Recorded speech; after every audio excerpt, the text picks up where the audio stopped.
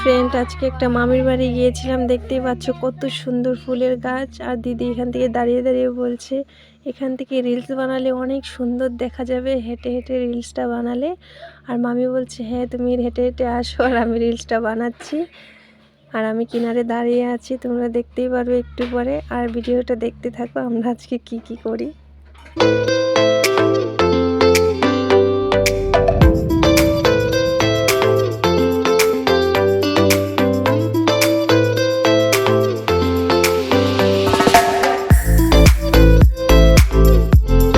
Hello বন্ধুরা, এখন দিদি যাচ্ছে, দেখতেই পাচ্ছ ওনার শাশুড়িকে বাবুকে দিতে। আর মামি ভিডিওটা করছে, দেখো ফুলকে দেখাচ্ছে। আর আমি বললাম মামি দাও আমাকে, আমি ভিডিওটা সুন্দর করে করছি।